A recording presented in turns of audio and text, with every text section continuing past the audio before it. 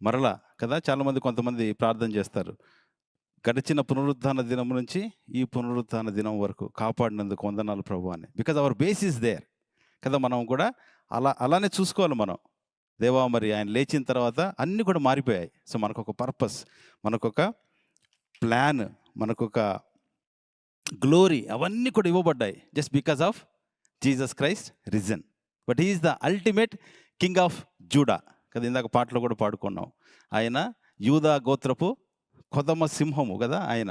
So we have been discussing about the kings of Judah కదా! ఆ సిరీస్లోనే I wanted to spend some time. ఎందుకంటే today I just want to discuss king Hezekiah. So Hezekiah plays a major role. అంటే యూదా రాజుల గురించి నేను మాట్లాడి హెజ్కియా గురించి మాట్లాడకపోతే it's not complete. It's not at all complete. నాకు చాలా ఇష్టమైనటువంటి కింగ్ యూదా రాజుల్లో నాకు చాలా ఇష్టమైన కింగ్ ఎవరంటే కింగ్ హెజ్కియా కదా. కింగ్ హెజ్కియా అంటే ఏం గుర్తొస్తుంది మనకి? 15 ఇయర్స్ కదా. 15 ఇయర్స్ ఎక్స్టెన్షన్ వచ్చింది ఆయనకి అనేది గుర్తొస్తుంది. కానీ అసలు ఆయన స్పెషాలిటీ ఏంటి, ఎందుకు దేవుడు ఆయనకి 15 ఇయర్స్ ఇచ్చాడు అని ఆలోచించాం మనం. ప్రార్థన చేశాడు, గోడ వైపు తిరిగి he turned his face towards the wall and then he cried utterly and then God has granted him 15 years అనేది మనకు తెలుసు. కానీ అసలు ఆయన ఎందుకు అంత special? Why is so special that God could listen to him? అది కూడా అంతేకాదు, ఇంకోటి కూడా చేశాడు కదా. God gave him sign. ఏంటి సైన్? ఏంటి ఆ టైంలో అది ఉండేది కదా, ఏంటిది ఆ క్లాక్ ఉండేది కదా, 10 మెట్లు వెనక్కి వెళ్ళిపోతుంది. అంటే it's even goes back, the time also goes back.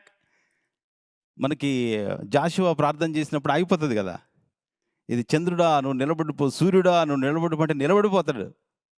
And it is been proved also. NASA వాళ్ళు ఇప్పుడు అంతా క్యాలిక్యులేట్ చేసి అది ప్లస్ ఆల్సో హిజ్కియా అది కూడా ఇప్పుడు ప్రూవ్ చేస్తూ ఉన్నారు కదా. ఈ టైమింగ్ అంతా కూడా అది వెనక్కి వెళ్ళింది అనేది కూడా ప్రూవ్ అవుతూ ఉంది. There are so many things why God has to do. ఎందుకు హిజ్కియా జీవితంలో 15 ఇయర్స్ ఎక్స్టెన్షనే కాదు, he could move the time also backwards. Why so? ఎందుకు?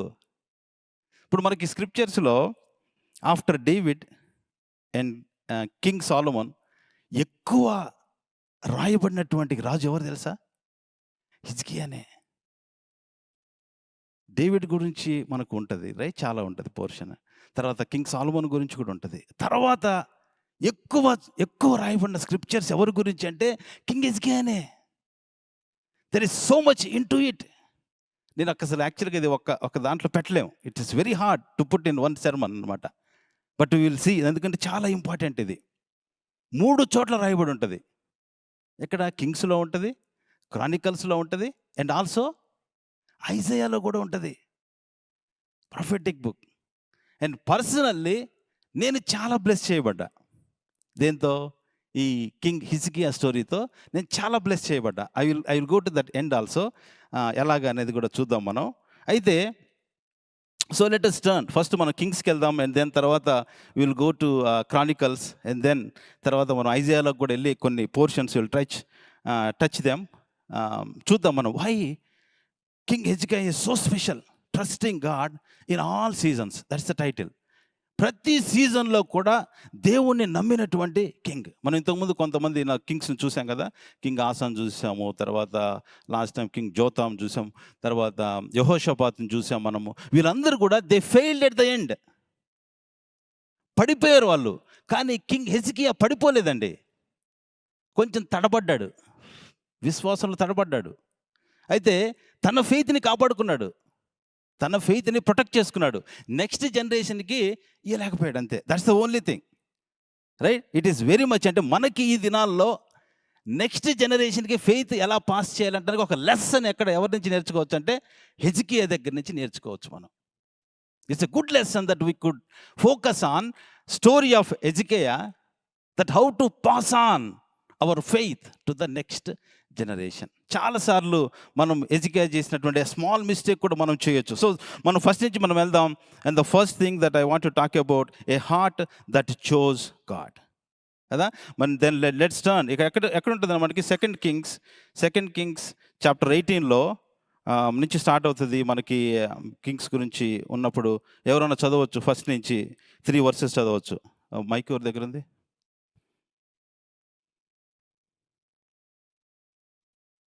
Second Kings chapter 18, 1-3.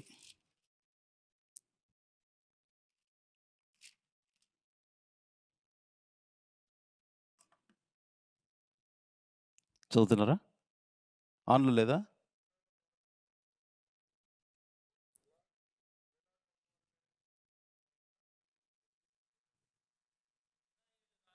ఉమ్, ఉమ్, ఉమ్, ఉమ్, ఉమ్, ఉమ్, ఉమ్, ఉమ్, ఉమ్, ఉమ్, ఉమ్, ఉమ్. అతడు తన పితరుడైన దావీదు చేసినట్లు అతడు యెహోవా దృష్టికి పూర్ణముగా ఇంక ఎక్కడ కూడా గ్యాప్ లేదండి. అటు ఇటు ఏమి లేదు. మనం చూసుకున్నాం కదా. వీళ్ళ బేస్ అంటే వీళ్ళ స్టాండర్డ్, కింగ్స్ యొక్క జూడా కింగ్స్ యొక్క స్టాండర్డ్ దేంతో కంపేర్ చేస్తున్నారు ఇక్కడ స్క్రిప్చర్స్లో? డేవిడ్ని కంపేర్ చేసుకుంటూ వీళ్ళు ఎట్లా నడిచారా అనేదే ప్రజెంట్ చేయబడతా ఉంటుంది ప్రతి కింగ్కి కూడా. సో ఇక్కడ ఎజికియాకి వచ్చేసేటప్పటికి ఎట్లాగా ఆయన నడిచాడంటే, కింగ్ డేవిడ్ ఎట్లయితే నడిచాడో ఈయన కూడా అట్లా నడిచాడంట. అయితే ఇంట్రెస్టింగ్ స్టోరీ ఏంటి తెలుసా? His father was a wicked king. తండ్రి ఆహాజు ఆయన ఏం మంచి కింగ్ కాదు. ఆయన ఎట్లా పడితే అట్లా జీవించాడు. ఆయన దేవుని దృష్టికి యథార్థంగా జీవించలేదు. ఎట్లాంటి పొజిషన్ ఉందంటే అక్కడ మనం అక్కడ 17th చాప్టర్లో చివరి వర్స్ మనం చూసినప్పుడు ఎలాగ చదువుదాం? 41, 17:41. అది కొంచెం ముందు చూస్తే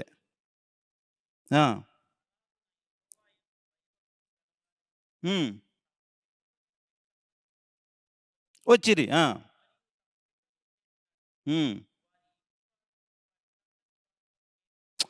ఎట్లాంటి పొజిషన్ ఉందంటే అక్కడ దేవుణ్ణి యందు భయభక్తులు కలిగి ఉన్నారంట. అలాగే విగ్రహాల్ని కూడా పూజిస్తున్నారు. అంటే పొద్దున దేవుడు, సాయంత్రము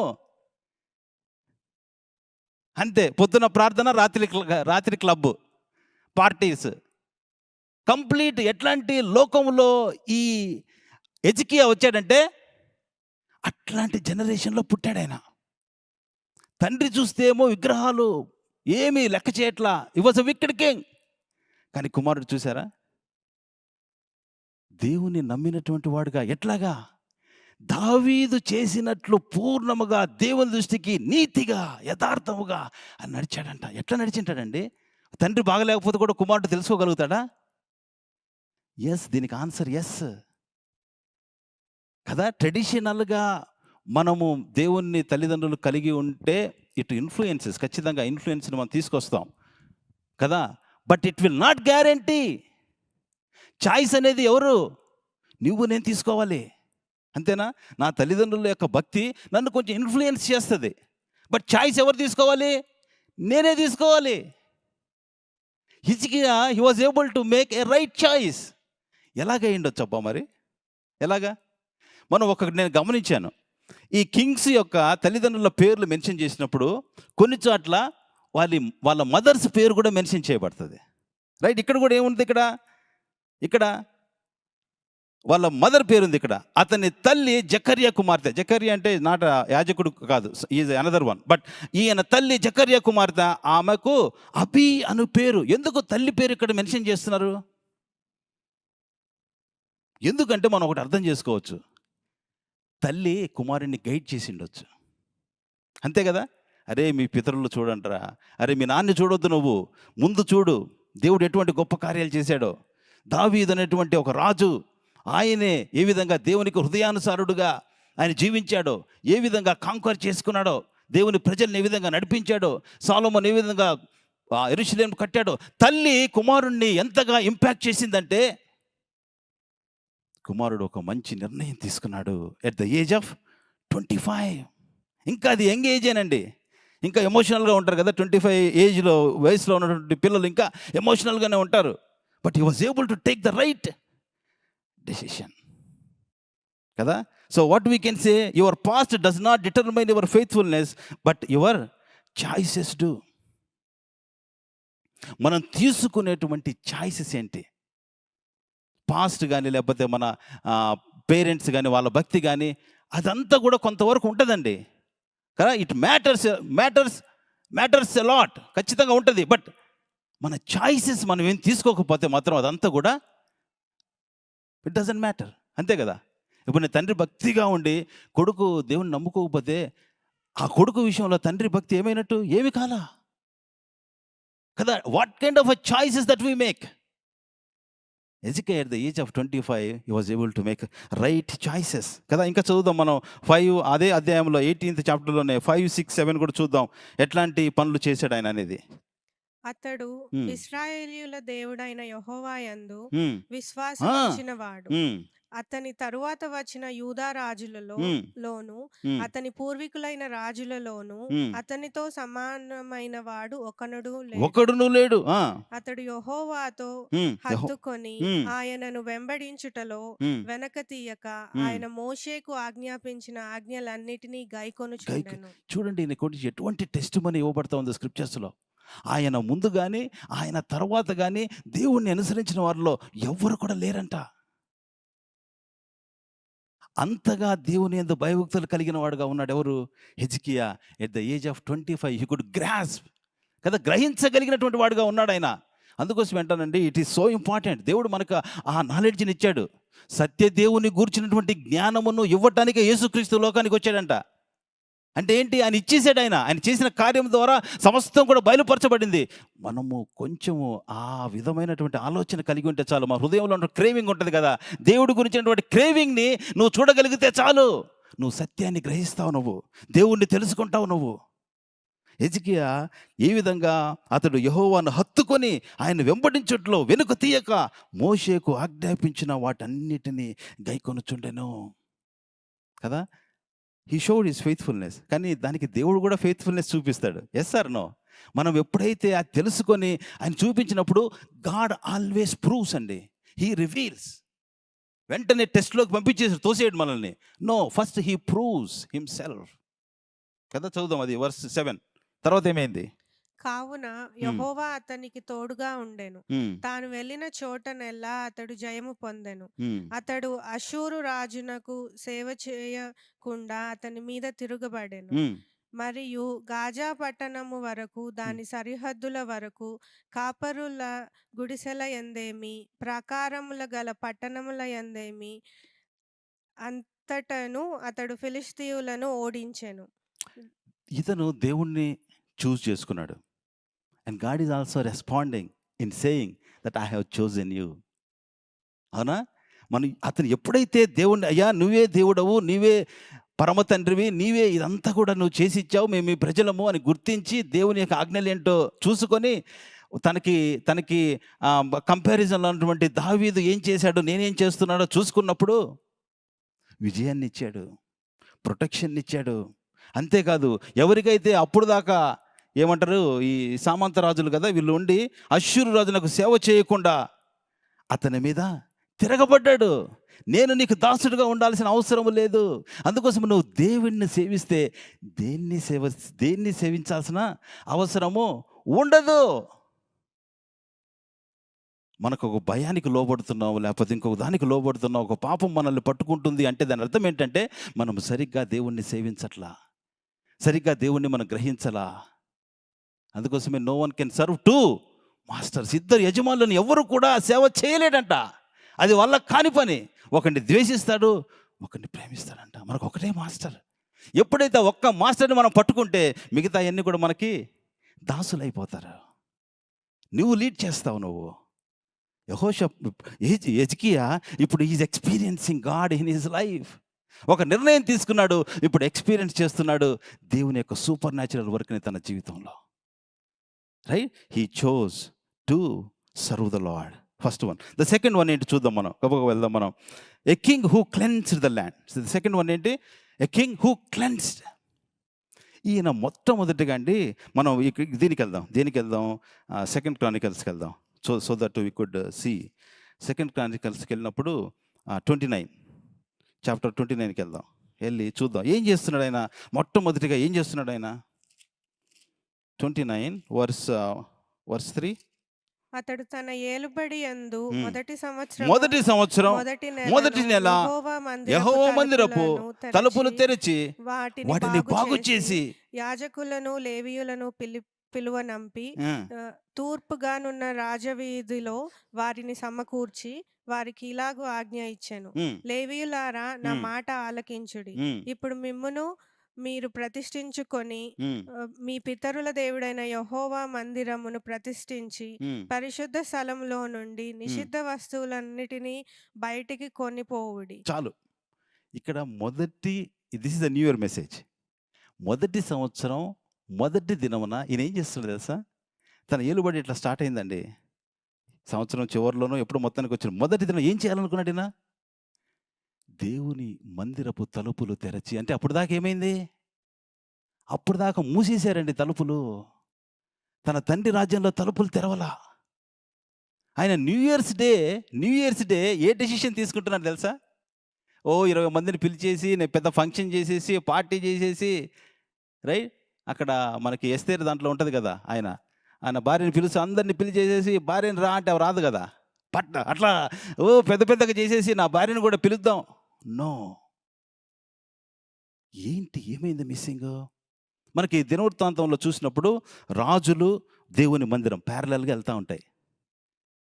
భక్తులు ఎలా రాశారంటే వీళ్ళ లైఫ్ లేకపోతే వీళ్ళ walk it completely depends on temple of God. అంత ప్యారలల్గా ఉంటుంది అనమాట. సో ఇప్పుడు ఈ రాజు హిజ్కియా మొదటి రోజు ఏం చేస్తున్నాడంటే వెళ్ళి అప్పుడు దాకా మూసేసిన తలుపులు తెరిచి బాగా చేస్తున్నాడండి. క్లెన్సింగ్ కదా. మనం కొంచెం వాక్ అయిన తర్వాత మనం చేయాల్సిన పని ఏంటంటే క్లెన్సింగ్. అది మనం చేయాలి. మేము ఈ మధ్యలో మన రాజుగారికి ట్రక్ ఉందని చెప్పి కదా, అది ఉందని చెప్పి చూస్తున్నాం ఏం క్లీన్ చేద్దామంటే తీస్తూ ఉంటే వస్తూ ఉన్నాయి. ఆగట్లా. ఇప్పుడు కూడా రెడీగా ఉంది మళ్ళీ ఇంకా కొంచెం. మన వాక్లో ఉండి చాలా పేరుకుపోతాయి. అందుకోసం అంటే దే కాల్డ్ స్ట్రాంగ్ హోల్డ్స్ అంటారు. స్ట్రాంగ్ హోల్డ్స్ అది ఒక పెద్ద దుర్గములుగా, అపవాది దుర్గములను పడద్రోయ శక్తి కలిగి అని చెప్తాడు కొరింథీ రాసిన పత్రికలో 10వ అధ్యాయంలో. అది దుర్గాలు అయిపోతాయి మనకి. సో మాటికి ఏం చేస్తూ ఉండాలి, ఆ క్లెన్సింగ్ వర్క్ని మనం చేస్తూ ఉండాలి. దేవా ఏం పేరుకుపోయింది నా జీవితంలో, దేన్ని నేను పడగొట్టాలి. హిజ్కియా యొక్క గొప్పతనం ఏంటి తెలుసా. మనం ఇప్పుడు దాకా చూసిన రాజుల్లో ఎవరు కూడా హై ప్లేసెస్ని రిమూవ్ చేయరండి. ఉన్నత స్థలములను తీసినటువంటి రాజులు ఎవరు కూడా లేరు. తెలుసు కదా ఉన్నత స్థలములు అంటే ఏంటంటే అప్పుడున్న దాంట్లో దేవుని యొక్క ఆజ్ఞ ఏంటంటే మీరు యెరూషలేముకే వెళ్ళి అర్పణలు అర్పించాలి ఎక్కడున్నా సరే. సంఘం అనేది ఒకటే అండి. మళ్ళీ ఇంకోటిసారి చెప్తాను, తప్పుగా అర్థం చేసుకోవద్దని. కానీ there is only one church ఉంటుంది, లోకల్ చర్చ్ ఒకటే. మరి ఈ దేశంలో ఉన్నప్పుడు ఇంగ్లీష్ చర్చ్కి వెళ్ళడం అంటే తప్పు కాకపోవచ్చు, బట్ బిబ్లికల్లీ చర్చ్ ఒకటే ఉంటుంది. పాత నిబంధనలు కొత్త నిబంధనలు. ఇక్కడ దేవుడు ఏం చెప్తున్నాడు, యెరూషలేముకే వెళ్ళి ఇవ్వాలి. కాకపోతే అప్పుడు ఏం చేశారంటే ప్రజలు ఈజీగా ఉంటుందని అక్కడ ఈ బలిపీఠాలు చేసేసుకొని అర్పిస్తూ ఉండేటువంటి వారు. అయితే అవన్నీ ఏం చేసేవారు, కొంతకాలానికి అవన్నీ కూడా ఐడల్స్గా మారిపోయినాయి. ఎంత ఐడల్స్గా మారిపోయినాయి అంటే ఈ హిజ్కియా దినాల్లో మోజెస్ సర్పెంట్ ఉండేది కదా, బ్రోంజ్ సర్పెంట్ అప్పుడు ఎందుకు చేశాడు మోజెస్. దాని వైపు చూచిన వారందరూ కూడా రక్షణ పొందడానికి చేస్తే వీళ్ళు ఏం చేస్తున్నారు తెలుసా, దాన్ని ఒక ఐడియల్ చేసేసి పూజ చేయటం మొదలు పెట్టేశారు. హిజ్కియా ఆ బ్రోంజ్ సర్పెంట్ కూడా ముక్కలు చేసేస్తాడు, హై ప్లేసెస్ అన్ని తీసేస్తాడు మొత్తం. మీరు వస్తే యెరూషలేముకే రావాలి, వచ్చి దేవుణ్ణి ఆరాధించాలి మీరు. అటువంటి నిర్ణయాలు తీసుకుంటాడు ఎవరు, హిజ్కియా. ప్రకటిస్తాడు, లేవీయుల్ని పిలుస్తాడు, ఇంకోటి కూడా చేస్తాడు. ఏంటి తెలుసా, సొలొమోను తర్వాత పస్కాను ఆచరించిన వారు లేరండి. సొలొమోను అయిపోయిన తర్వాత ఎవ్వరు కూడా చేయలా.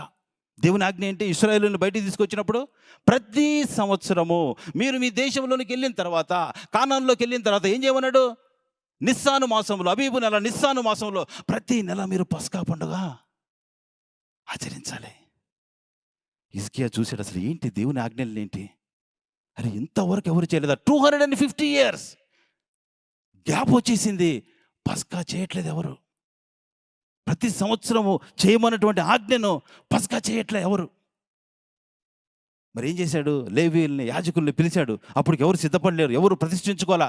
వాళ్ళందరికీ చెప్తాడు, మీరు ప్రతిష్ఠించుకోండి, చేద్దాం మనం అనేటప్పటికి, అందరు వచ్చేటప్పటికి ఏమైపోద్దంటే, ఫర్ ఎగ్జాంపుల్ నిస్సాన్ జనవరి అనుకోండి, జనవరి అయిపోద్ది. ఆ లోపల రెడీ కాదు. ఇప్పుడు ఏంటి పరిస్థితి చెప్పండి? ఇప్పుడు ఏంటి పరిస్థితి? జనవరి అయిపోయింది. దేవుడేమో నిస్సాన్లోనే చేయమన్నాడు. ఫర్ ఎగ్జాంపుల్ జనవరి అనుకుందాం. జనవరి 14th కదా, 10th గొర్రెపిల్లని తీసుకురావాలి, 14th దాన్ని బలి చేసేయాలి. అండ్ దెన్ 7 days పస్కా, అది మన పులియని రొట్టెల పండుగను ఆచరించాలి. అది దేవుని యొక్క కట్టడ. జనవరి అయిపోయింది. వీళ్ళందరినీ పిలిచి గ్యాదర్ చేసేటప్పుడు లేట్ అయిపోయింది. ఏం చేయాలి? అందరిని పిలుస్తాడు హిజ్కియా. ఎందుకంటే గవగవ వెళ్ళిపోతున్నాను నేను, అయిన చదవడం లేట్ అయిపోద్ది. అందరిని పిలుస్తాడు. జనవరి అయితే అయిపోయింది, ఫిబ్రవరిలో చేద్దాం మనం అంటే అందరు కూడా ఎస్ చేద్దాం చేద్దాం అంటారు. మరి దేవుని ఆజ్ఞ ఏమో జనవరిలో చేయాలని కదా. God is not a hard master, మనం గుర్తుపెట్టుకోవాలి. Is not of the rules. అది అర్థం చేసుకున్నాడు హిజ్కియా. జనవరిలో చేయమని చెప్పాడు, కానీ ఇదిగో ఎన్ని ప్రయత్నాలు చేసేటప్పటికి 250 సంవత్సరాలు వచ్చిన గ్యాప్ని ఆయన ఫిల్ చేయడానికి వచ్చేటప్పటికి జనవరి అయిపోయింది. కానీ ఆగల. నెక్స్ట్ మంత్ చేద్దామన్నాడు, ఫిబ్రవరిలో చేసుకుందాం మనం. అందరితో మాట్లాడాడు, చేశాడు. ఇట్లా దేవుని ఆజ్ఞ ఉంది, మరి ఏం చేయాలి? మనం అందరం చేద్దాము, మన దేవుడు మంచివాడు. వాళ్ళందరూ నెక్స్ట్ మంత్ చేస్తారు, పస్కాన్ చేస్తారు. అద్భుతం ఏంటి తెలుసా దీంట్లో? ఇంకా ఎన్ని రోజులు చేయాలి? అన్లెవెన్డ్ బ్రెడ్ ఫెస్టివల్ని వీళ్ళు ఎంత రోజులు చేస్తారు తెలుసా? 7 days అయిపోయిన తర్వాత వాళ్ళ ఆనందాన్ని పట్టుకోలేక, ఆ రివైవల్ని తట్టుకోలేక 7 days సరిపోలే వాళ్ళకి. ఇంకొక 7 days చేసుకుందాం అంటారు వాళ్ళు. 7 days చూడండి, మిస్డ్ ఎ మంత్ కదా. చేయాల్సిన మంత్లో మిస్ అయ్యాడు. కానీ ఎంత గొప్పగా చేయగలుగుతారంటే 7 days సరిపోలే, 14 days ఫెస్టివల్ని వాళ్ళు చేయగలుగుతారు. గొప్ప రివైవల్ వచ్చేస్తుంది. ఎక్కడ? దేశంలో ఉద్యమం వచ్చేస్తుంది. దేవుని ప్రసన్నతను, దేవుని సన్నిధిని బిడ్డలు అనుభవించడం మొదలు పెడతారు. ఎందుకంటే అది గుర్తు చేసుకోవడం అనేది దేవుని ఆజ్ఞ. ఎప్పుడైతే పస్కాను ఆచరిస్తారో వాళ్ళు, ఎంత కూడా దినవృత్తాంతముల గ్రంథంలో ఒక చాలా చాలా చాలా రాయబడి ఉంటుంది. దాంట్లో వాళ్ళందరూ సిద్ధపరచబడి ఉండరు. లేవీయులు వాళ్ళ తరపున నేను ప్రార్థన చేస్తాడు, దేవా వీళ్ళందరినీ కూడా సిద్ధపరచు. దాను మొదలుకొని, అప్పటికే కింగ్డమ్స్ డివైడ్ అయి ఉంటాయి, మనకు తెలుసు కదా. Northern Kingdom, southern Kingdom. అక్కడి నుంచి ప్రజలందరూ కూడా వస్తారు. నార్థన్ కింగ్డమ్ నుంచి యెరూషలేములోకి ప్రవేశిస్తారు, దేవుణ్ణి ఆరాధిస్తారు, దేవుణ్ణి స్తుతిస్తారు.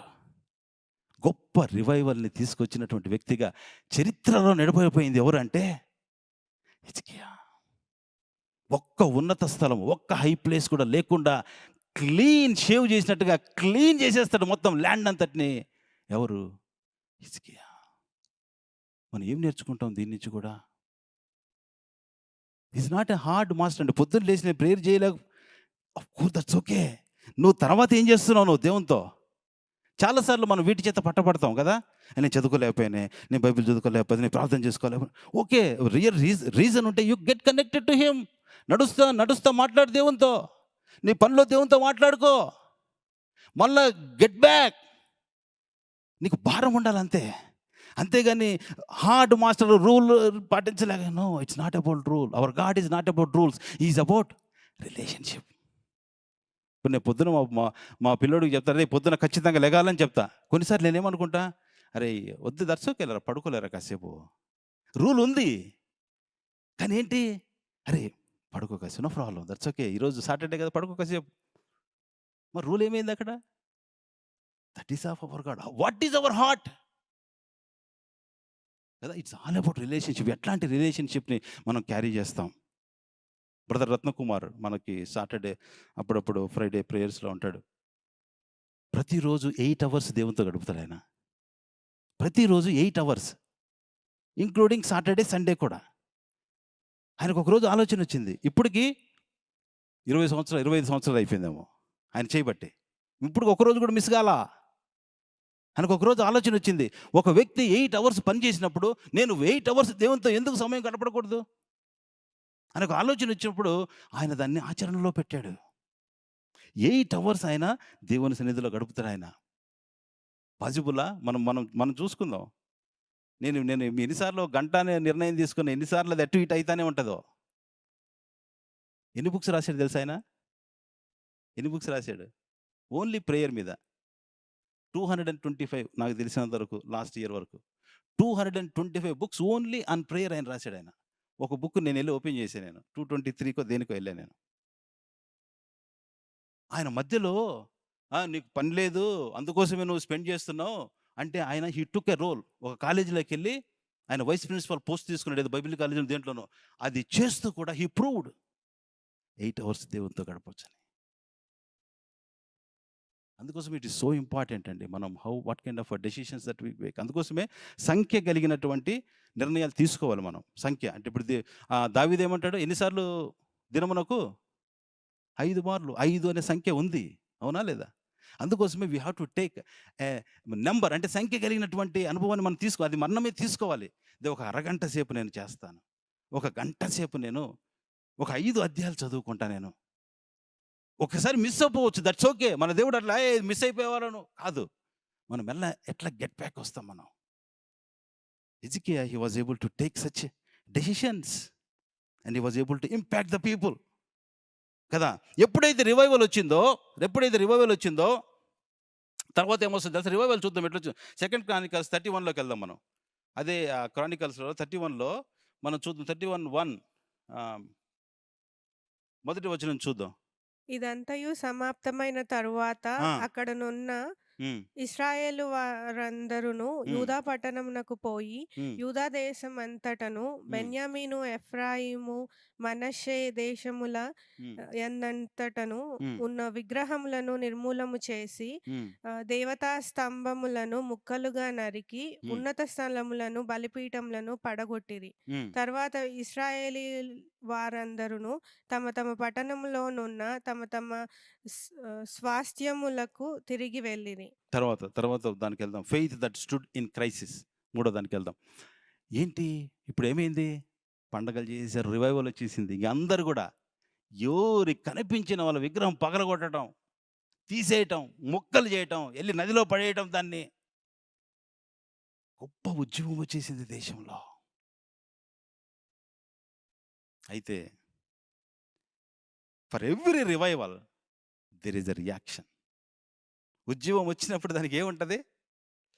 రియాక్షన్ ఉంటుంది కదా. మంచి ఉద్యమం వచ్చేసింది, దేవుని ఆరాధించడం, స్తుతించడం అన్ని అనుకూలపరచబడతా ఉన్నాయి.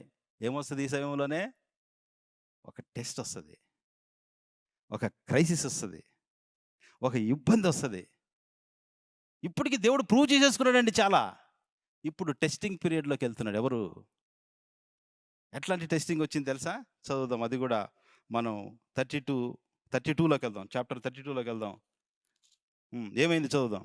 రాజు ఇట్టి ఉమ్, నమ్మకమైన చర్య చూపిన తరువాత ఉమ్, అష్షూరు రాజైన ఉమ్, సన్హెరీబు ఉమ్, వచ్చి యూదా దేశములో చెరబడి ఉమ్, ప్రాకారముల ఉమ్, ఎదట దిగి వాటిని లోపరుచుకొన చూచెను. ఉమ్, సన్హెరీబు ఉమ్, దండెత్తి వచ్చి ఇశ్రాయేలీయుల మీద యుద్ధము చేయనుద్దేశించియున్నాడని ఉమ్. హిజ్కియా చూచి చాలు. ఇక్కడ ఒక్కసారి మళ్ళా మనం దీంట్లోకి వెళ్దాం. కింగ్స్లోకి వెళ్దాం. కింగ్స్ 18లో, మళ్ళీ రెండవ కింగ్స్ 18లో అక్కడ ఆయన ఏం చేశాడు అనేది కూడా ఇక్కడ ఉంటుంది. కింగ్స్ 2 కింగ్స్ 18లో ఒక్కసారి వెళ్దాం. చూస్తాను నేను అక్కడ. ఆయన చూచెను కాదు, ఆయన ఆక్రమించుకుంటాడు యాక్చువల్గా అనమాట. అదే అంటే దాంట్లో ఎక్కువ ఎలాబొరేట్గా ఉంటుంది క్రానికల్స్లో. ఇక్కడికి వచ్చినప్పుడు ఆమ్,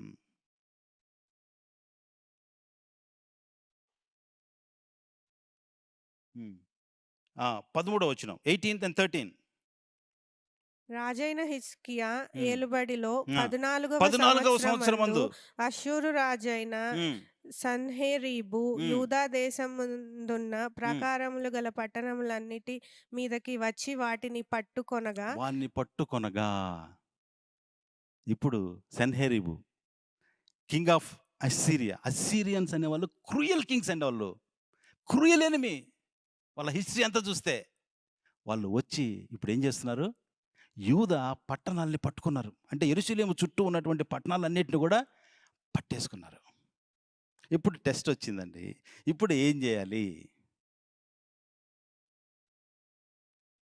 హిజ్కియా దేవుని మీద నమ్మకాన్ని ఎలా ప్రకటించాలి? వాళ్ళొస్తున్నారు. వచ్చి వాళ్ళ ప్రజలందరిని రెచ్చగొడతా ఉన్నారు చాలా. దేవుని గురించినటువంటి కఠినమైన మాటలు. మీ దేవుడేంటి? ఇదిగో ఇంతమంది దేవతలు ఎవ్వరు కూడా అప్పటికే చాలా దేశాలని జయించి వచ్చి ఉంటారు వాళ్ళు. చాలా దేశాల దేవతల్ని కాల్చి బుగ్గిలో వేసి వచ్చారు వాళ్ళు అక్కడికి. కఠినమైన మాటలు. మీ దేవుడేంటి? ఏం చేయగలుగుతాడు? ఓ హిజ్కియా చెప్తున్నాడా? ఓ మా దేవుడు చూసుకుంటాడని చెప్తున్నాడా? ఇదిగో ఇంతవరకు ఒక్క దేవత, ఒక్క దేవుడు కూడా మమ్మల్ని ఏ ప్రజలను కూడా రక్షించలేదు. మీ దేవుడు ఎలా కాపాడుతాడు?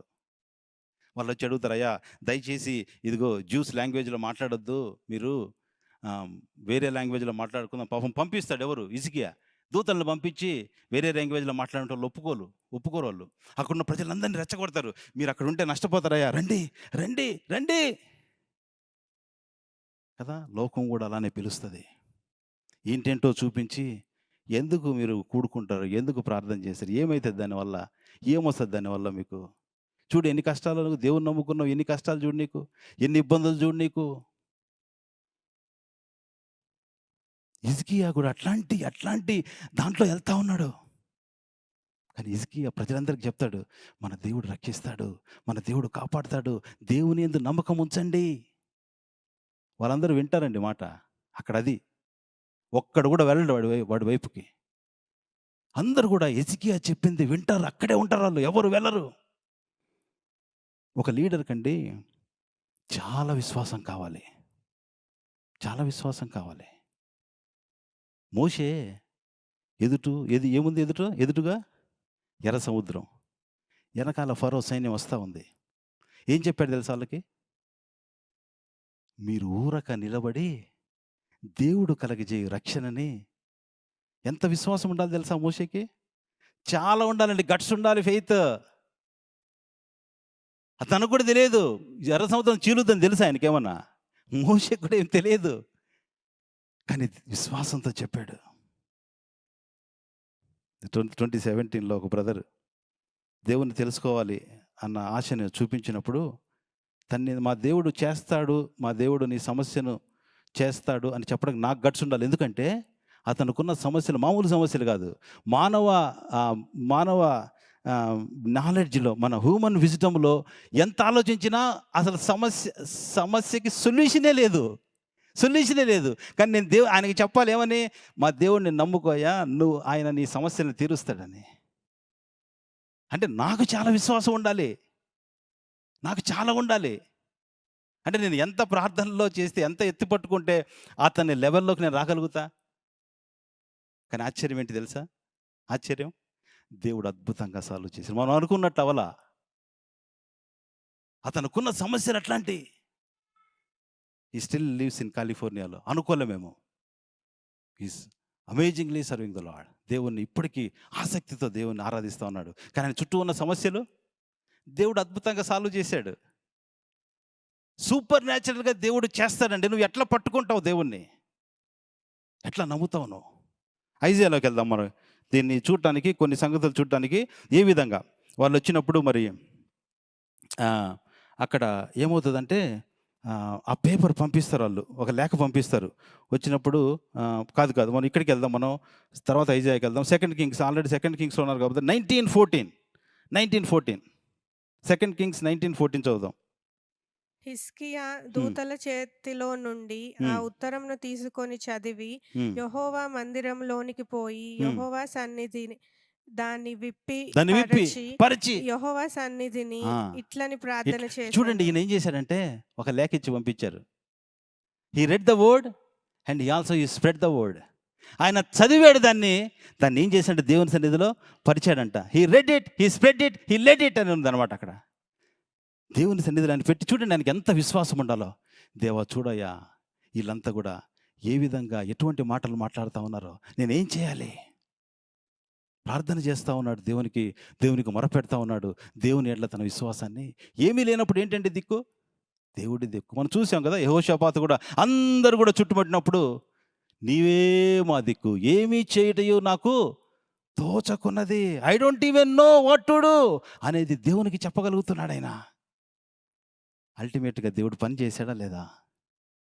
హిజ్కియా కూడా అలానే ఆ లెటర్ని పెట్టాడు. ఆ లెటర్ని పెట్టి ఫిజికల్గా చూడయ్యా ఏం చెప్పారో వీళ్ళు ప్రార్థన చేస్తా ఉన్నాడు. ఏషియాకి వెళ్దాం, ఇప్పుడు ఐజియాలో కదా, ఐజియాకి వెళ్దాం. 37వ అధ్యాయంలోనికి వెళ్దాం మనం. 30వ వచనం ఏం చెప్తున్నాడు ఇక్కడ? ఏషియా ఏం చెప్తున్నాడు?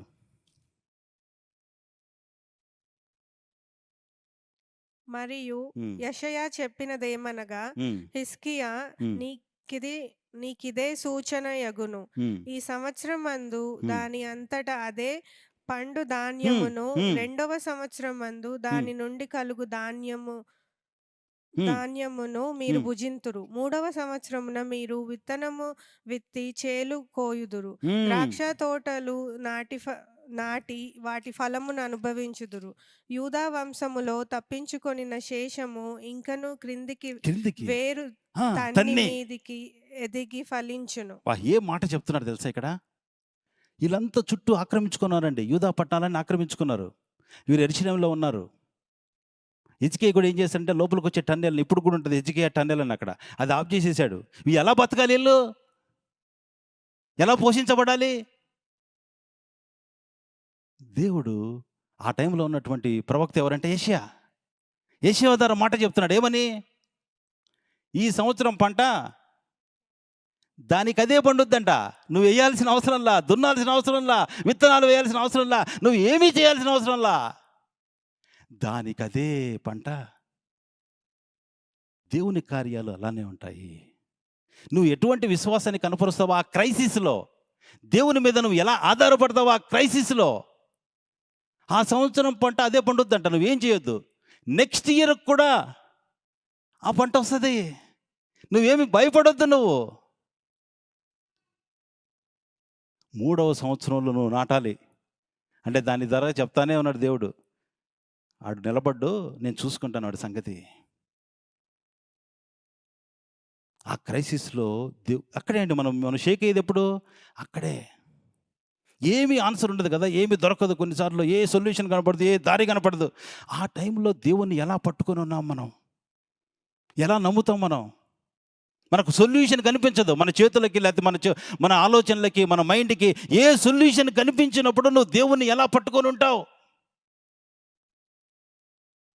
మాకు ఈ మధ్యలో మేము ఇల్లు తీసుకున్న తర్వాత చిన్నగా అప్పులు అయిపోయినాయి. అప్పులు చూస్తానే తెలుసు కదా, అప్పులు పాపం ఎట్లా చూస్తానే పట్టుకొని పెద్దగా అయిపోద్దో, అప్పులు కూడా అంతే. అది చూస్తానే ఏమైంది అవి పెద్దగా అయిపోతాయి. మరి మాకు వచ్చే శాలరీ ఏమో సరిపోతుంది, మాకేమీ ఇది లేదు కానీ సరిపోతుంది ఖచ్చితంగా దేవుని వల్ల, కృప వల్ల. కానీ అప్పుల్ని తీర్చే అంత రాదు మాకు. మా అప్పుల్ని మేము కట్టుకునేంత లేవు. మరి నాకు వేరే రిసోర్సెస్ లేవు. ఎక్కడి నుంచి వస్తాయి పైసలు? మాకు వేరే ప్రాపర్టీస్ ఉన్నాయా, ఇంకోటి ఉన్నాయా, ఎక్కడి నుంచి వస్తాయి అంటే వేరేది ఏమి లేదు. వస్తే మా శాలరీలో నుంచి తీసి ఇవ్వాలి మేము, లేకపోతే లేదు. సో అట్లా వస్తూ ఉంది. కాకపోతే ఐ హ్యావ్ అ ఫెయిత్. ఇట్లనే 2014లో కూడా నాకు అప్పులు అయిపోయినప్పుడు అప్పుడప్పుడు మేము కూడికలు పెట్టుకుంటా ఉన్నాం. కూడికలు పెట్టుకుంటా ఉంటే, దేవా అప్పులు అయిపోయినాయి, నాకే అప్పులుంటే నేను ఏం చెప్తాను, నేను వాక్యం ఎట్లా చెప్పాలి నేను అని నాకు ఒక ప్రశ్న వచ్చి నేను ప్రార్థన చేస్తూ ఉన్నా. అప్పటికి గ్రేస్ ఇంకా పని చేయట్లే, పిల్లలు ఉన్నారు, ఇల్లు తీసుకున్నాం. అప్పుడు కూడా ఏం చేయాలి అని ప్రార్థన చేస్తూ ఉంటే 127 సామ్ 127లో ఒక మాట, తన ప్రియులు నిద్రించుచుండగా ఆయన వారికి ఇచ్చుచున్నాడు. అది పట్టుకున్నా. ప్రియులు నిద్రిస్తుంటే వారు ఊరికే ఇచ్చేస్తూ ఉంటావు కదా నువ్వు ఉదయమునే లేచి చాలా రాత్రి అయిన తర్వాత పడుకొనొచ్చు, కష్టార్జితమైన ఆహారం తినుచుంటా వ్యర్థమే, తన ప్రియులకు ఊరికే ఇచ్చేస్తున్నాడంట ఆయన అని ఆ మాటను పట్టుకొని నేను ప్రార్థన చేయటం మొదలుపెట్టా. దేవా, నాకే అప్పులుంటే నేను ఎట్లా చెప్పాలి, నేను ఎట్లా పట్టుకోవాలి నేను? దేవుడు అద్భుతంగా నన్ను కాంట్రాక్ట్ పొజిషన్లోకి తీసుకెళ్ళాడు. ఇప్పుడు నేను పనిచేస్తున్న గవర్నమెంట్లో ఆ కాంట్రాక్ట్ పొజిషన్లో ఏంటంటే మాకు వీకెండ్ ఓవర్ టైం కూడా ఉంటుంది. ఇప్పుడు ఫర్ ఎగ్జాంపుల్ నేను ఇక్కడ ఉన్నా, నాకు పే చేస్తారు. అట్లాంటి జాబులోకి తీసుకెళ్ళాడు నన్ను. కాంట్రాక్ట్ జాబ్ కాబట్టి గబగబా 2 సంవత్సరాలు అప్పులన్నీ తీర్చేసుకున్నాను. తర్వాత మళ్ళీ ఇప్పుడు వచ్చింది. ఇప్పుడు వస్తే మరి ఇప్పుడు వెళ్ళే పరిస్థితి లేదు, ఇప్పుడు జాబులు మారే పరిస్థితి లేదు, ఇప్పుడు లేదు. మరి ఎట్లా చేయాలి? వేరే సోర్స్ ఏం కనిపించట్లా. కానీ నమ్మకం అయితే ఉంది, దేవా నువ్వు ఏదో విధంగా తీరుస్తావు, ఏదో విధంగా చేస్తావు. ఈ లోపల మా వాడు యూనివర్సిటీకి వెళ్ళాలి కదా. కానీ దేవుడు ఎట్లా అద్భుతంగా పనిచేశాడంటే, వాడికి అసలు వెళ్ళాల్సింది కూడా మాకు చాలా ఖర్చు అవుతుంది. దాంట్లోనే దేవుడు అద్భుతంగా 2-3 డోర్స్ ఓపెన్ చేసేసాడు నాకు, వాడికి పంపించడానికి ఉన్న టైంలోనే. వాడి కొరకు చేసిన సేవింగ్స్ కానీ, ఇంకోటి ఎడ్యుకేషనల్ దాంట్లో చేసిన సేవింగ్స్, అవన్నీ అసలు నేను ఎక్స్పెక్ట్ చేయలే.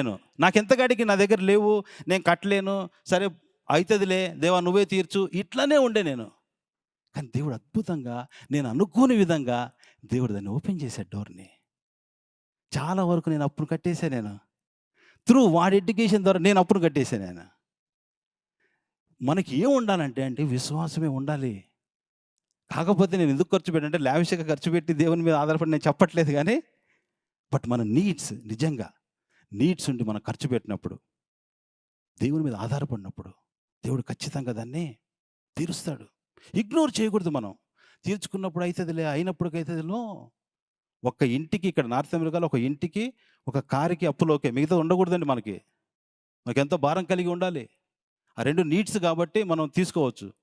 బట్ అదర్ దాన్ దాట్ మనం ఎంతగానో దేవునికి ప్రార్థన చేయాలి. ₹1 ఉన్నా కూడా దేవునికి ప్రార్థన చేయాలి. ఎందుకు కట్టాలి? అడగాలి, దేవుని మీద ఆధారపడాలి. మనం విశ్వాసంలో రిస్క్ ఉంటుందండి ఖచ్చితంగా. కానీ ఆ టైంలోనే మనం దేవుని మీద ఎలా ఆధారపడుతున్నాం, ఎలా నమ్మకం ఉంచుతున్నాం. గ్లోరియస్ థింగ్స్ కదా. మన ఇక్కడికి వెళ్ళారు, ఎక్కడికి, మూన్కి వెళ్ళారు. గ్లోరీ అంతా చూశారు. అంత ఫ్రీ జర్నీ, నాదేమన్నా కంఫర్టబుల్ జర్నీనా? మేము వాచ్ చేస్తుండే 6 minutes బ్లాక్అవుట్ పీరియడ్. ఏమవుతుందో తెలియదు, ఒక సిగ్నల్ ఉండదు, ఏముండదు. 24,000 mph అది వస్తూ ఉంది. ఆ ఒక 6 minutes మొత్తం అంతా కూడా అగ్నితో మండిపోతుంది. అంత ఫైర్ బాల్ లాగా మొత్తం అంతా అయిపోద్ది. ఒక్క మెసేజ్ ఉండదు, ఏం జరుగుతుందో తెలియదు. 6 minutes తర్వాతే మేము చూస్తూ ఉండా ఏమవుతుంది. ఎందుకంటే అందరు అట్లా పట్టుకొని ఉన్నారు, ఏమవుతుంది. ఎందుకంటే పోయినసారి ఏదో ఇష్యూ అయింది దానికి. ఆ టైంలోనే ఉంటుందండి, దేవుడు అగ్ని లాంటి శ్రమలు వస్తాయి కదా. పేతురులో చెప్తాడు, లోకమందున్నారు గారు అట్లే అవుతున్నాయా, నువ్వు భయపడద్దు, దేవుని యందు విశ్వాసం ఉంచు. ఇక్కడ హిజ్కియా దేవుడు అర్థమయ్యడానికి బాగా దేవుని నమ్ముకొని ఉన్నాడు. ఏమైందో తెలుసా తర్వాత? 30 ఎన్నో వచనం చదువుదాం. 36 చదువుదాం. ఐజాయాలోనే 36.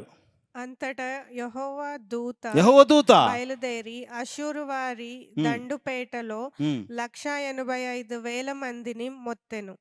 ఉదయం మనకు కూడా అట్లాంటి ఒక ఏంజిల్ ఉంటే ఎంత బాగుంటుంది. 1 shot 185,000 పీపుల్ని అట్లా కింగ్స్లో అనుకుంటా డిస్ట్రక్టర్ అని ఉంటుంది. అంటే ఏమంటుంది దాన్ని, నాశనం చేయవాడని ఉంటుంది. ఆడెళ్ళి అట్లా అన్నాడంట. 185,000 పీపుల్ని కదా. ఎటువంటి భక్తి విశ్వాసాన్ని కలిగి ఉంటున్నా. I want to know. అంటే మనకు అందరికీ ఎక్స్టెన్షన్ వచ్చిందని తెలుసు ఆయనకి 15 years. కానీ ఎక్స్టెన్షన్కు ముందు ఏం చేశాడు హిజ్కియా? ఎటువంటి విశ్వాసాన్ని కనపరుస్తున్నాడు ఇక్కడ. మనం మొన్న కూడా చూసాం కదా, angelic ministry. Every time it was there. ప్రభు తన మినిస్ట్రీలో కూడా ఏంజలిక్ మినిస్ట్రీని చూస్తాం. ఈవెన్ నౌ అండి, మనం ఎలాగా దేవుని విశ్వాసం ఉంచుతున్నామా దాన్ని బట్టి ఏంజలిక్ మినిస్ట్రీ కూడా ఆపరేట్ అవుతుంది మన చుట్టూ. మీరు దేవుని బిడ్డల్ని మా పరిచయంలో అడగండి, ఎన్ని సాక్ష్యాలు ఉంటాయో. ఎవరో వచ్చారు, హెల్ప్ చేశారు, వెళ్ళిపోయారు. ఎవరో వచ్చారు, మమ్మల్ని లేపి వెళ్ళిపోయారు. ఎవరో వచ్చారు, మాకు యాక్షన్స్ తప్పించబడింది. ఎన్ని సాక్ష్యాలు. దానికి కావాల్సింది ఏంటి? క్రైసిస్లో నువ్వు ఎట్లాంటి ఫెయిత్ని నువ్వు కనపరుస్తున్నావు. హిజ్కియా వండర్ఫుల్గా దేవుని యందు తన విశ్వాసాన్ని తను కనపరుస్తూ ఉన్నాడు. ఇంకోటి కూడా చూసాం ఈ మధ్యలోనే, ప్రాజెక్ట్ శాండీ. ఇరాన్లో ఎనిమీ లైన్స్లో చిక్కుపడిపోయాడు. అవునా? ఎనిమీ దేశంలోకి వెళ్ళి వాళ్ళందరూ అప్పటికి 1,000 మంది ఉన్నారు, అక్కడ ఎతుకుతూ ఉన్నారు. వీరు వెళ్ళి అతన్ని తీసుకొచ్చారు. ఎలా తీసుకురాగలిగారండి? అది వాళ్ళ ఎనిమీ దేశంలోకి వెళ్ళి వాళ్ళ మధ్యలో ఉండి వాళ్ళంతా 1,000 మంది అక్కడ ఉంటే వాళ్ళని డిసీవ్ చేసి వాళ్ళ హెలికాప్టర్ పగలగొట్టుకొని ఇతని దగ్గరికి వెళ్ళి ఇతన్ని పట్టుకొని తీసుకురావటం. మానవులుగా అది సాధ్యమయ్యేదేనా? దేవుని కృప లేకపోతే అయింది. అక్కడ మెసేజ్ పెట్టాడేమో. ఎస్, మనం ఊహకు అందకపోవచ్చండి అది. ఇరాన్‌లోకి ఎళ్లి అక్కడి నుంచి తీసుకురావడం మామూలుగా అది అవుతదా అసలది? But he was able to come out. దేవుని కార్యాలు అలానే ఉంటాయండి మనకి. కానీ దేవుడు మనకు చేసినట్టు మనకి ఎక్స్‌పీరియన్స్ ఉంటది కదా! మనకన్నీ కూడా ఈ క్రైస్తవ జీవితం అనేది ఎక్స్‌పీరియన్స్. సిలువ అనేది ఐడల్ కాదండి పెట్టుకోవాల్సింది. పునరుద్ధానం అంటే ఐడియల్ కాదు పెట్టుకోవాల్సింది. They are all experiences. మనం క్యారీ చేయాల్సింది ఎక్స్‌పీరియన్సెస్. ఎప్పుడు కూడా 3 మనకి ఎక్స్‌పీరియన్సెస్ ఏంటి? సిలువ, పునరుత్థానం, పరిశుద్ధాత్మ. ఆ 3 కూడా ఎప్పుడు కూడా మనం మనం 3 ఉండాలి. ఒక్కొక్కసారి క్రాస్ దగ్గరికెళ్తాం. ఒకసారి పునరుత్థానం దగ్గరికెళ్తాం. ఒకసారి పరిశుద్ధాత్మ దగ్గరికెళ్తాం. ఆ 3 ఇటు ఇటు అయితా ఉంటాయి. బట్ ఆ ఎక్స్‌పీరియన్సెస్‌ని మనం ఎప్పుడు క్యారీ చేయాలి. దేవుడు తన పని చేసుకుంటాడు. కదా! లాస్ట్ చూద్దాం. ఏ విధంగా తను ఆ ఏంజెల్ వచ్చేసి వాళ్ళని ప్రొటెక్ట్ చేయటం ఇదంతా కూడా చూసిన application. Every thread becomes smaller when taken to the lord. So తర్వాత చూద్దాం. తర్వాతది మనకందరికీ తెలిసిన స్టోరీ. కదా! ఏంటి తర్వాతది? Prayer that changes destiny. కదా! మనం ఇక్కడే ఉందాం. ఏషియాలోనే చదువుదాం. ఏమైంది అప్పుడేమైంది? అప్పటికి 14 సంవత్సరాలు అయిందండి. అప్పటికి ఇంకా చిన్న పిల్లోడే. 25+14 ప్రాబబుల్లీ. అంతేనా? ఇంకా 14 సంవత్సరాలు అప్పుడే అయిపోయింది. ఇదేంటి? ఇది అయిపోయింది. ఇది అవ్వంగానే ఇంకొక శోధన ఒక్కోసారి ఏమవుద్ది తెలుసా మనకి? ఒకదాని వెంట ఒకటి. ఒకటి అయిపోవంగానే ఇంకొకటి రెడీగా ఉంటదండి. అట్లా వస్తాయన్నమాట. ఇప్పుడు ఫర్ ఎగ్జాంపుల్ మనం ప్రేయర్ చేస్తున్నామా? సిక్‌నెస్‌కున్నోళ్ళకి. ఒకటి అయిపోద్దని ఒకటి దాదాపు 4 సంవత్సరాల నుంచి చేస్తానే ఉన్నాం. అయిపోతుంది మళ్ళీ ఇంకోటి రెడీ అయితుంది. ఇంకోటి రెడీ అయితుంది. కదా! పిల్లల్ని కూడా మనోళ్ళు కంటానే ఉన్నారు. ఒకటి అయిపోగానే 9 మంత్స్ అనంగానే రిలాక్స్ అవ్వంగానే మళ్ళా ఇంకోటి స్టార్ట్. మళ్ళా కొంచెం బ్రదర్ రిలాక్స్ అవ్వంగానే వస్తానే ఉన్నాయి. ఒకటి అయిపోగానే ఒకటొస్తది. ఎందుకంటే God wants you build you up. Stabilize you in faith. దేవుడు నీ విశ్వాసాన్ని స్థిరపరచాలంటే అట్లాంటి జర్నీ కంపల్సరీ. అట్లాంటి జర్నీ కావాలి. నువ్వు ఇంట్లోకి వెళ్ళంగానే అమ్మకి సిక్‌నెస్. సర్జరీ చేయాలన్నారు, అది చేయాలన్నారు. అది అయిపోయి హమ్మయ్య! అనంగానే మా అక్క థర్డ్ స్టేజ్ బ్రెస్ట్ క్యాన్సర్. మా అక్కది అయిపోయింది. హమ్మయ్య! అనంగానే మా డేవిడ్‌కి. You fight. నీకు తెలుసు నీ దేవుడెవరో. నీకు దేవుడు గుర్తుపెట్టుకోండి. ప్రాబ్లమ్స్ ఎళ్ళిపోవు. ప్రాబ్లమ్‌ని టాకిల్ చేయటం నేర్పిస్తాడు. ఫైటింగ్ ఎళ్ళిపోదు. ఫైట్ ఎట్లా చేయటం నేర్పిస్తాడు నీకు. నీ జీవితంలో అలవాటైపోద్దది నీకు. మామూలుగానే ఉంటావు. నీ ఫైటింగ్ జరుగుతా ఉంటది. నువ్వు దేవునిలో నడుస్తా ఉంటావు నువ్వు. లాస్ట్ చదువుదాం మనం. ఏమైందంట ఆ దినముల్లో 38 యాహ్! ఆ దినములలో హ్మ్. హిజ్కియాకు మరణకరమైన రోగము కలుగగా హ్మ్. ప్రవక్తయు ఆ ప్రవక్తయు ఆమోజు కుమారుడనైన యెషయా అతని యొద్దకు వచ్చి, హ్మ్. నీవు మరణపు మరణమవుచున్నావు. హ్మ్. బ్రతుకవు గనుక హ్మ్. నీవు నీ ఇల్లు చక్కబెట్టుకొనమని యెహోవా సెలవిచ్చుచున్నాడని చెప్పగా, హ్మ్. అతడు తన ముఖమును గోడ తట్టు త్రిప్పుకొని, హ్మ్. యెహోవా యథార్థ హృదయుడైన సత్యముతో నీ సన్నిధిని నేనెట్లు నడుచుకొంటినో, నీ దృష్టికి అనుకూలముగా సమస్తమును నేనెట్లు జరిగించితినో, హ్మ్. కృపతో జ్ఞాపకము చేసుకొనమని హిజ్కియా చాలు. కన్నీళ్లు విడుచుచు యెహోవాను ప్రార్థింపగా, యెహ్ మనకందరికీ తెలిసినదే ఇది కదా! హిజ్కియా ఎప్పుడైతే ఈ వార్త వింటాడో అప్పటికి 14 ఇయర్స్ అయిపోద్ది. ఆహ్, దీంట్లోకొచ్చి రాజరికంలోకొచ్చి రాజుగా మరి ఈ శోధనొచ్చింది. ఏం చేయాలి? దేవునికి ప్రార్థన చేస్తున్నాడండి ఇక్కడ. ఈ ప్రార్థనలో we have to catch one point. ఇక్కడ ఏం ప్రార్థన చేస్తున్నాడంటే ఇక్కడ, తీసేయి దేవా ఇది. This is not needed for me. I hate this. ఇట్లేం ప్రార్థన చేయట్లే ఆయన. ఈయనేం ప్రార్థన చేస్తున్నాడో తెలుసా?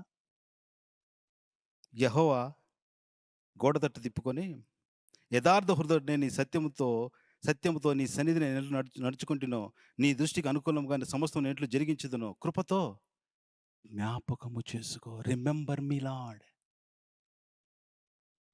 కీ పాయింట్ ఏంటి తెలుసా దాంట్లో ఆ ప్రార్థనలో? రిమెంబర్ మీ.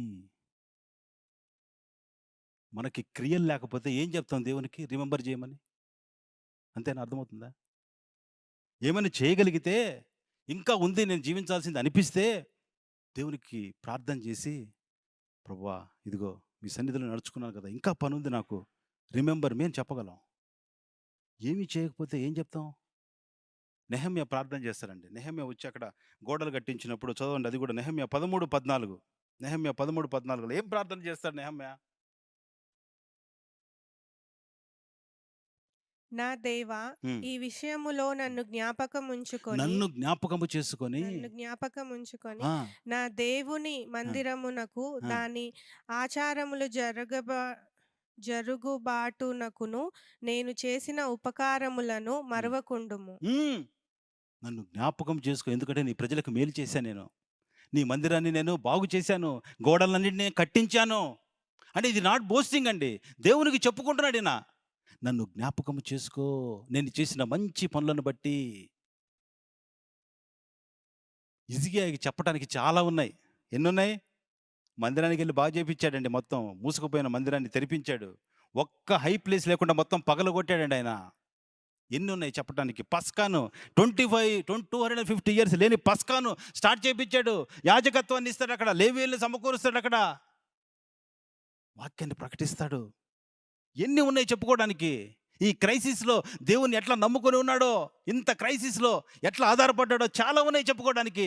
హిజ్కియా అంటున్నాడు, నన్ను జ్ఞాపకము చేసుకో. నన్ను remember me lord. Because what I have done. దావీదు కూడా చేస్తారు కదా! తన ప్రార్థనలు కూడా చాలా సార్లు చెప్తాడు ఆయన. యథార్థ హృదయుడినై నీ సన్నిధిలో ఉన్నాను కదయ్యా. మనకి ఏ క్రియలు లేకపోతే ఏమడుగుతాం దేవుణ్ణి? యేసుక్రీస్తు ద్వారా ఉచితమైన రక్షణే. కానీ రక్షణ క్రియలుండాలి. We are not saved by works, but we are saved on to works. కదా! మనము క్రియల చేత రక్షించబడలేదు, కానీ రక్షణ క్రియలు తర్వాత వస్తాయి ఖచ్చితంగా. అవన్నీ రేపు దేవుని అడగటానికి ఒక క్రైటీరియా ఉంటది మన దగ్గరికి. అడగొచ్చు, దేవా ఏంటి పరిస్థితి? దేవుడు ఒక రెస్పాండ్ చేస్తున్నాడు. దేనికి ఇస్తున్నాడు తెలుసా? చదువుదాం ఇక్కడ. 6వ వచనం 38:6. 38:6. ఇంకా ఐజాయా 15 సంవత్సరముల హ్మ్. ఆయుష్షును నీకిచ్చెదను. హ్మ్. మరియు ఈ పట్టణమును నేను కాపాడుచు హ్మ్. నిన్నును ఈ పట్టణమును అష్షూరు రాజు చేతిలో పడకుండా విడిపించెదను. ఈయన దేవుడు ఊరికనే ఇవ్వట్లేదండి. దేర్ ఇస్ ఎ కండిషన్ ఇక్కడ. 15 సంవత్సరాలు ఎందుకు చెప్పాడు? నన్ను జ్ఞాపకం చేసుకో. ఓకే. 15 ఇయర్స్ తీసేసుకో అన్నాడా? అనలా. ఏముంది కండిషన్ అక్కడ? అంటే ఎందుకు ఇస్తున్నాడంట? అష్షూరు రాజు చేతిలో నుంచి తప్పించకుండా ఉండటానికి నేను కాపాడుతా. అందుకోసం యూజ్ చేసుకో అంటున్నాడు ఇక్కడ. నీ ఇష్టం వచ్చినట్లు జీవించు, 15 ఇచ్చేసాను గో అనట్లా.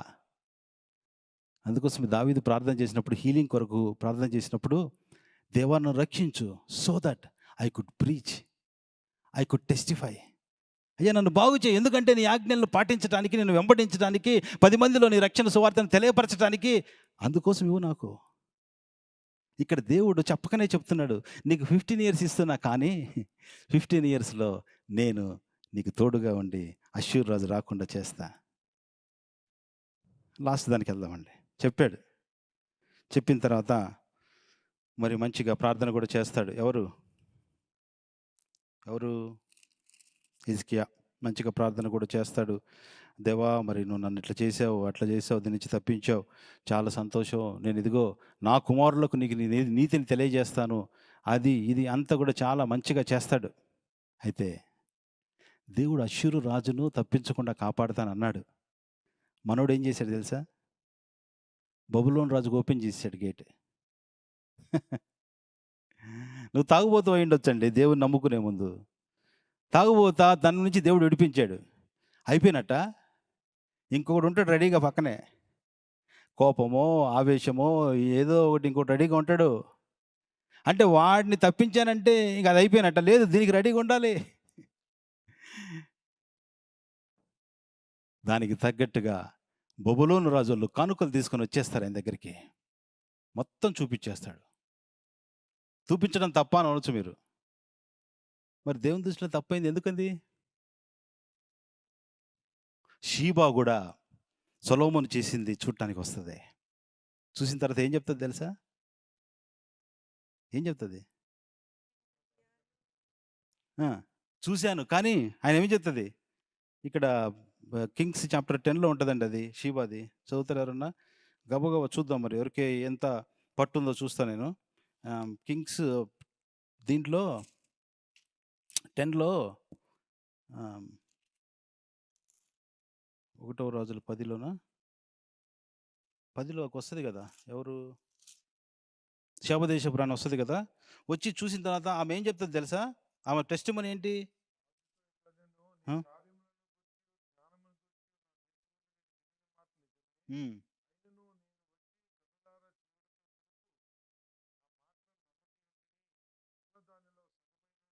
9 చదువు బ్రదర్. ఉమ్. ఉమ్. స్తోత్రములు కలుగును గాక. ఇంకా ఏమైంది? ఇంకా యెహోవా. ఆ, ఆ, ఉమ్, ఉమ్.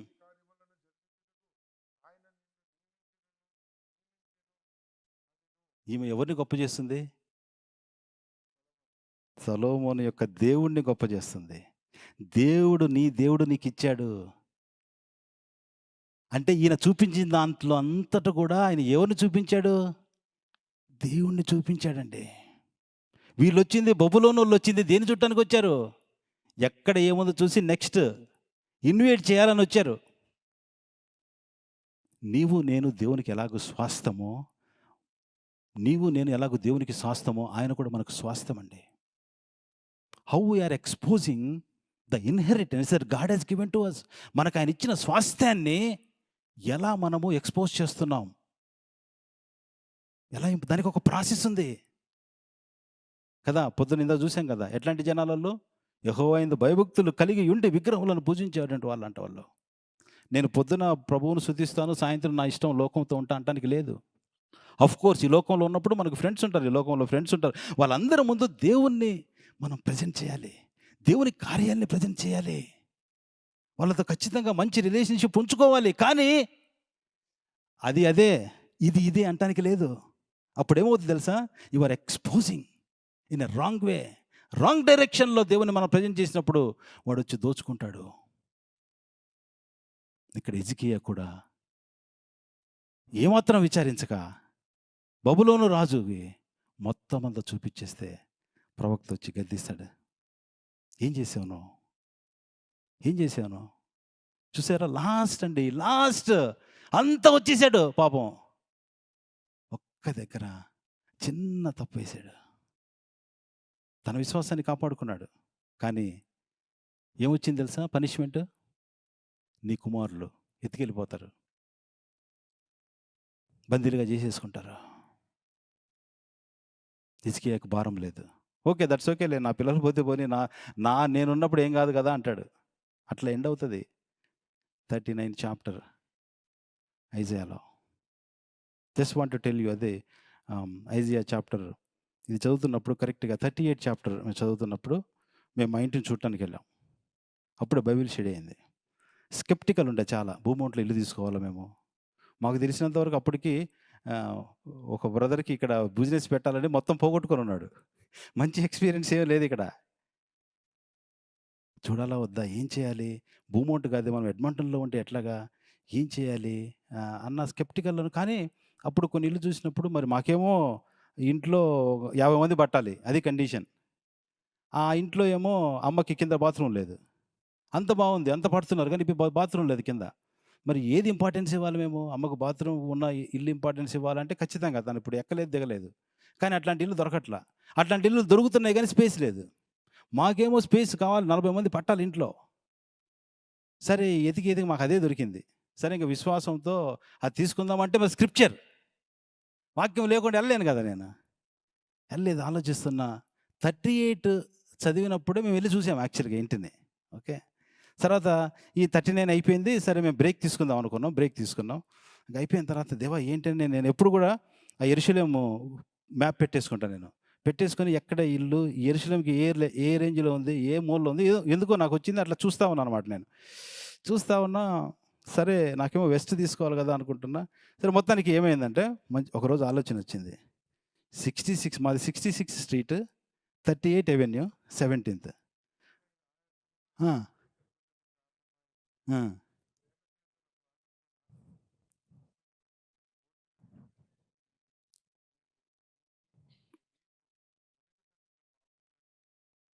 ఇది మా ఇంటి నంబరండి. 66 స్ట్రీట్.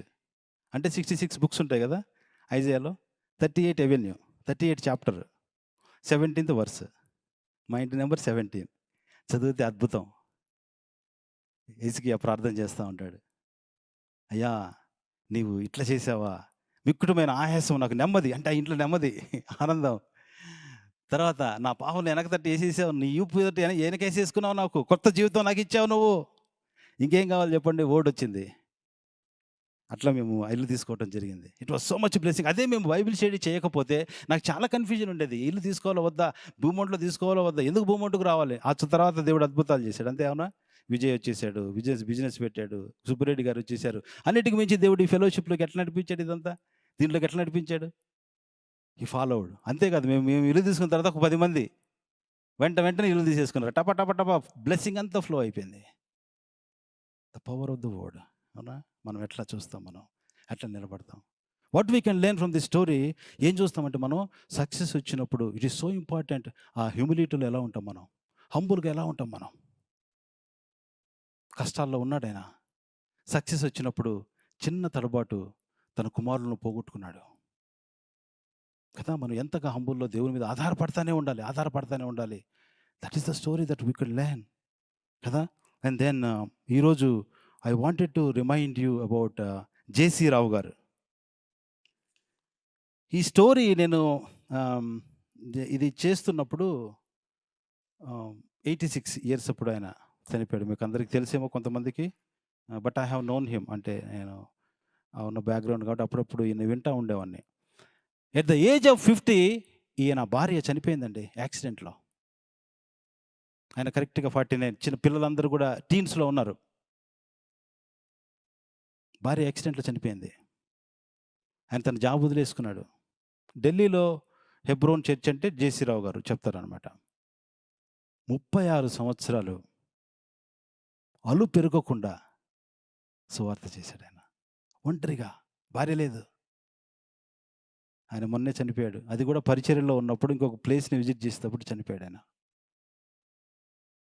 ఎట్లాంటి జర్నీ అండి ఆయన? భార్య లేకుండా. పిల్లలు, యుక్త వయసులో ఉన్న పిల్లలు, భార్య చనిపోయింది. ఏం చేయాలి? ఇంట్లో పాటలు పాడుతా ఉంటే ఢిల్లీలో ఆ పంజాబోడొచ్చి, "ఏంది భార్య చనిపోతే పాటలు పాడుతున్నారన్నాడంట." రా అని చెప్పి ఇంటికి తీసుకెళ్ళి గాస్పెల్ షేర్ చేశారంట. Hour hope is different. మా నిరీక్షణ చాలా గొప్పదని. 86 అప్పుడు చనిపోయాడంటే ఆయన ఎంతగా సిద్ధపడినాడు తెలుసా? ఆయన సాక్ష్యం వినండి. యూట్యూబ్‌లో కొడితే జేసీ రావు అని. He was very much prepared. దేవా నువ్వు నన్ను ఎప్పుడు పిలుస్తావు? I'm ready. I'm ready. సంపూర్ణంగా పరిచర్య జరిగించి ఆయన సంపూర్ణంగా దేవుని దగ్గరకు కొనిపోబడ్డాడు. ఒక పర్ఫెక్ట్‌గా ఆయన చూడగలం మనం ఆయన పరిచర్య చేసిందంతా కూడా.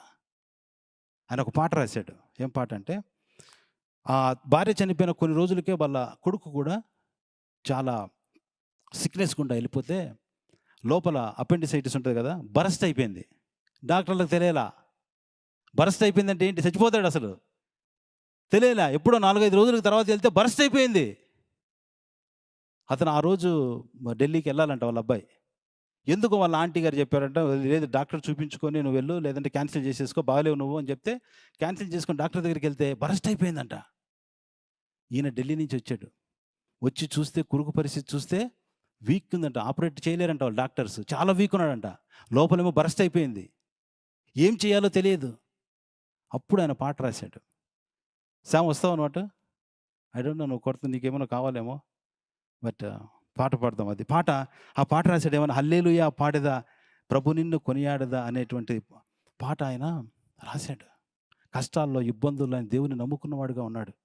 కదా! Trust God in revival, rely on him in crisis, depend on him in prayer and remain humble in success. దేవునికి ఏం కావాలండి? A heart that chooses God. A king. కదా! మనమందరం కూడా రాజులైన యాజక సమూహములుగా చేయబడ్డాం మనం. మనం రాజులమైతే ఏం చేస్తాం? క్లీన్ కూడా చేస్తాం మనం. Cleansing the house. A faith that stood in crisis. A prayer that changes hour destiny and also the life with caution. కదా! మనం కాషన్స్ తీసుకుంటూ మన భక్తి జీవితాన్ని చేస్తాం మనం. And God honors leaders who trust Him fully, pray earnestly, reform boldly, and walk humbly. ఈ పాట పాడుకుంటూ దేవుణ్ణి స్తుతించి మనం ముగించుకుందాం. హల్లెలూయా పాడేదా, ప్రభు నిన్ను కొనియాడేదా. హల్లెలూయా పాడేదా, ప్రభు నిన్ను కొనియాడేదా. అన్ని వేళలయందునా నిన్ను పూజించి కీర్తింతును. అన్ని వేళలయందునా నిన్ను పూజించి కీర్తింతును. ప్రభువా నీ నిన్ను కొనియాడేదన్. హల్లెలూయా పాడేదా, ప్రభు నిన్ను కొనియాడేదన్. వాగ్దానములానిచి నెరవేర్చువాడవు నీవే. వాగ్దానములానిచి నెరవేర్చువాడవు నీవే. నమ్మకమైన దేవా నన్ను కాపాడువాడవు నీవే. నమ్మకమైన దేవా నన్ను కాపాడువాడవు నీవే. ప్రభువా నీ నిన్ను కొనియాడేదన్. హల్లెలూయా పాడేదన్, ప్రభు నిన్ను కొనియాడేదన్. ఎందరు నిన్ను చూచిరో వారికి వెలుగు కల్గెన్. ఎందరు నిన్ను చూచిరో వారికి వెలుగు కల్గెన్. ప్రభువాని వెలుగొందితిన్, నా జీవంపు జ్యోతివి నీవే. ప్రభువాని వెలుగొందితిన్, నా జీవంపు జ్యోతివి నీవే. ప్రభువా నీ నిన్ను కొనియాడేదన్. ఓ హల్లెలూయా పాడేదన్, ప్రభు నిన్ను కొనియాడేదన్. కష్టములన్నింటినీ ప్రియముగా భరింతును. కష్టములన్నింటినీ ప్రియముగా భరింతును. నీ కొరకే జీవింతును, నా జీవంపు దాతవు నీవే. నీ కొరకే జీవింతును, నా జీవంపు దాతవు నీవే. ప్రభువా నీ నిన్ను కొనియాడేదన్. హల్లెలూయా పాడేదా, ప్రభు నిన్ను కొనియాడేదన్. హల్లెలూయా పాడేదా, ప్రభు నిన్ను కొనియాడేదన్. అన్ని వేళలయందునా నిన్ను పూజించి కీర్తింతును. అన్ని వేళలయందునా నిన్ను పూజించి కీర్తింతును. ప్రభువా నీ నిన్ను కొనియాడేదన్. హల్లెలూయా పాడేదా, ప్రభు నిన్ను కొనియాడేదన్. మరి ఈ సాంగ్ని కొడుకు డెత్ బెడ్ మీద ఉంటే తనను చూస్తూ రాసినటువంటి పాట అంట ఇది. చూసారా, దేవుడు ఈ విధంగా స్తుతినిచ్చాడు. ఆ సమయంలో దేవుని స్తుతించి గొప్ప పాటను ఆయన రాయగలిగాడు. ఆయన వారి పిల్లల సాక్ష్యాలు విన్నప్పుడు అందరూ కూడా దేవుని స్తుతించారు, అందరూ కూడా దేవుని మహిమపరిచాడు. ఆయన కష్టాలు పొందుకున్నాడు, భార్యను పోగొట్టుకున్నాడు, కానీ దేవునిలో కొనసాగుట ద్వారా పరిచర్యని సంపూర్ణం చేశాడు. కుమారులను, పిల్లల్ని, మనుమల్ని అందరినీ కూడా దేవుని కొరకు సంపాదించుకున్నాడండి. How we walk in the ways of God. ప్రార్థన చేసుకుందాం. పరిశుద్ధ తండ్రి మీకు వందనాలు. We thank God for this wonderful time. ఈ సన్నిధిలో మేము తండ్రి నాయన ఈ పునరుత్థాన దినం అయిన తర్వాత మరొక పునరుద్ధానంలో ప్రవేశించి మిమ్మల్ని తండ్రి నాయన మేము గణపరచడానికి, మహింపరచడానికి, మీ మాటలు వినటానికి మాకు సాయం చేసినారు. దాన్ని బట్టి వందనాలు చెల్లిస్తున్నాం. ప్రతి పరిస్థితుల్లో కూడా హిజ్కియా ఏ విధంగా మిమ్మల్ని నమ్ముకొని ఉన్నాడు ప్రభువా, మేము కూడా ప్రతి పరిస్థితుల్లో కూడా ఫెయిత్ఫుల్గా మిమ్మల్ని నమ్ముకొని ఉండటానికి సాయం చేయండి. అదే సమయంలో మీరు మాకు స్వాస్థ్యం, మీరు ఇచ్చిన ఇన్హెరిటెన్స్ని మేము ఎలా ప్రొటెక్ట్ చేసుకోవాలి, దాన్ని ఎలా ఎక్స్పోజ్ చేయాలి, ఎలా తండ్రి మిమ్మల్ని మేము మహింపరచాలి, మాకు మంచి జ్ఞానము, వివేచన మాకు అనుగ్రహించండి తండ్రి. ఇతరులను ఇంపాక్ట్ చేయాలి కానీ తండ్రి ఈ లోకములో మేము ఇన్ఫ్లుయెన్స్ అవ్వకూడదు. సంఘము లోకాన్ని ఇన్ఫ్లుయెన్స్ చేయాలి కానీ లోకము సంఘములోకి వచ్చి ఇన్ఫ్లుయెన్స్ చేయకూడదు నాయన. Protect our boundaries Lord, that we may able to present you in a proper way, that the people will be blessed. మీ నామం మహింపరచబడే విధంగా మా జీవితాలు ఉండటానికి కూడా సహాయం చేయండి. We thank you God for this wonderful time. దేవా మీ కృపలో వాళ్ళందరినీ కూడా జ్ఞాపకం చేసుకొని, ఇదిగో తండ్రి ఏ విధంగా హిజ్కియా ప్రార్థించి నన్ను జ్ఞాపకము చేసుకోమన్నాడు తండ్రి. అయ్యా మాకు కూడా అటువంటి క్రియలు కలిగిన వారముగా, మీ దృష్టిలో మేముంటూ, మీ జ్ఞాపకంలో మేము ఉండేవారముగా మమ్మల్ని అందరినీ కూడా తయారు చేయను ఆయన. మీ కృపలో మమ్మల్ని అందరినీ కూడా నడిపించండి. యేసుక్రీస్తు నామమున అడుగుచున్నాం తండ్రి. ఆమేన్, ఆమేన్.